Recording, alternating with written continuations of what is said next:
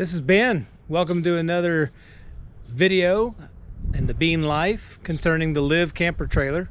After our first camp trip, I wanted to give a little bit of a breakdown of the things that we encountered and how it went. So overall, towed great, set up great. Everything went off without a hitch concerning using the trailer, getting it set up, the leveling jacks, setting out the awning, using the microwave, the stove, all of those things. We tried to put everything in except for the water because it is winter. So we didn't quite want to unwinterize our trailer, so we dry camped. But otherwise, everything else was tested.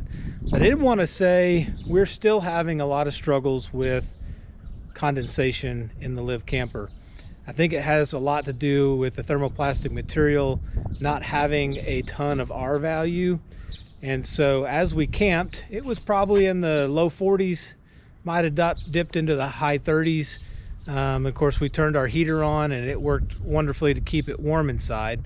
But as I was sleeping on the bed, and let's go in there and look at it. As I was sleeping on the bed, I stayed up against the wall in here, and right now we've got everything taken out. And there's a small gap when you close this, when you put down the Murphy bed, that goes into a pocket back there. And that stayed a lot colder because there's no heat or ability to get there. So if I stuck my hand down or my pillows or my blanket fell down behind that space, it would get wet from condensation. So you could literally, almost like air conditioning, feel some cold air coming up from that space. I don't necessarily know how to fix that outside of plugging a small little heater in or dehumidifier or something of that nature and putting it down in that space. It wasn't, a horrible thing, but it's just something to take note. We also, my son in the bunks back here, as he was sleeping, he did notice that on the back wall there and on the side wall where he put his head, could be from breathing some, and some on the top, also had some moisture in here after waking up. So condensation is still a factor.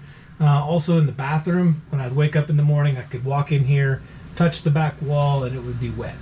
Now we did take the damp rid out while we were camping, so that could be a factor, that if we left our damp rids in, which by the way we do leave these in here to try to absorb some moisture.